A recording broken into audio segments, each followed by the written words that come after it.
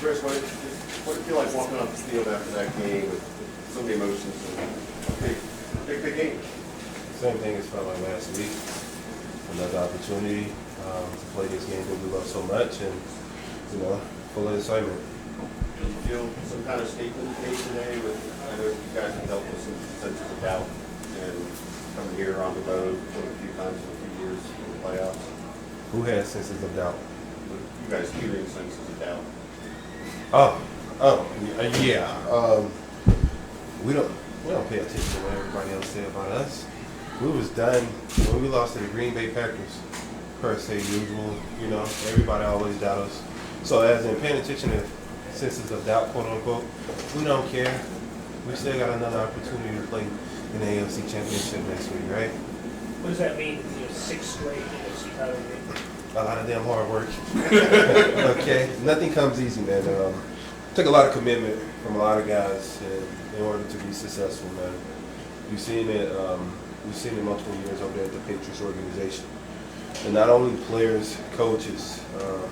Took a lot of commitment from coaches, a lot of time away from their family, a lot of long hours at the office, and for these moments like this, so for the wives, girlfriends that, miss time with their significant other, this is what it's all about. Chris, can you take us through how difficult it is to try to contain Josh in the pocket, but then when he does break, to try to chase him down the way you did in the fourth quarter? It's all about being relentless. He's a dynamic quarterback, dual threat, who can throw the ball 65, 70-plus yards, but also can work off 50-plus runs. I think you've seen it last week what he was able to do with his legs. We just try to limit his playmaking ability, especially on the ground. We can't stop him, per se, but we can try to contain him. You did a pretty good job on that late in the game. What changed from earlier? We made a few adjustments in the locker room on how we was gonna rush him. Changed up the rushing lanes, changed up the way we rushed him, and we was kind of successful with it. I think we still could have done better, but we was able to get a victory, and that's all that matters. To that end, Chris, how key was it to contain the edges and trying to contain him and the running game to keep stuff inside? That was tough. I mean, when you go in gun, you don't know if they're going to run it, you don't know if they pass. Then you got to transition to pass rushing, but also be cognizant on your rushing lanes as a player. So all of that's going in a matter of 2.3 seconds, right? So still try to affect the throw and collapse in the pocket. So it's a lot that goes wrong, and takes a lot of commitment and unselfish play amongst the D-line. Chris, week in, week out, you guys on the defense side of the ball have different mottos. I know this week I talked to a couple guys after today's game, and they said, walk in your trap, take over your trap. How important was it to get a win here? It was fun, man. Chance to go play in the AFC Championship again. A lot of guys, this is their second time going, and a lot of guys knew this was going to be a lot of adversity coming to this game.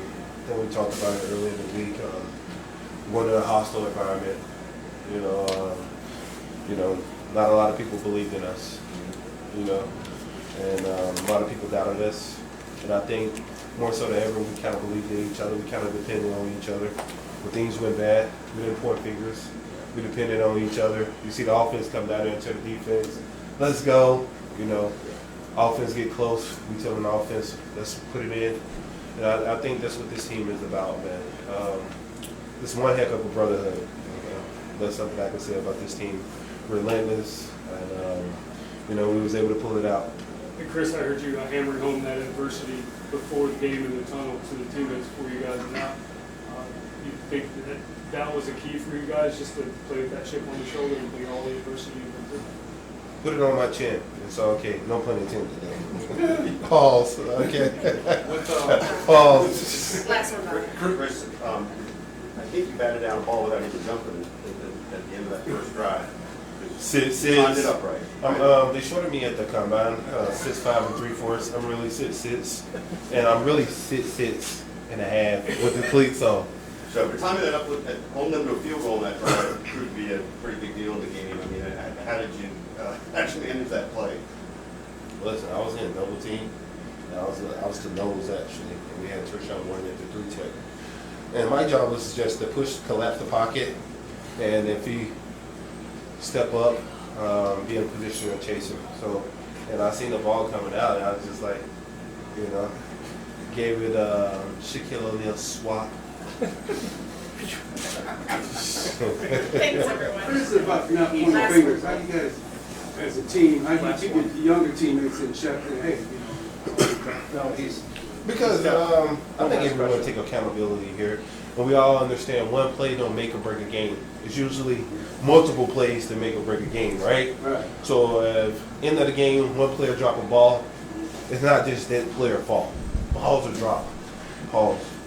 Balls are dropped in this league, right? But it's plays prior to that we could have scored on that we didn't score that forced us to be in that moment to have to catch this ball in that particular time. So we kind of understand that as a team.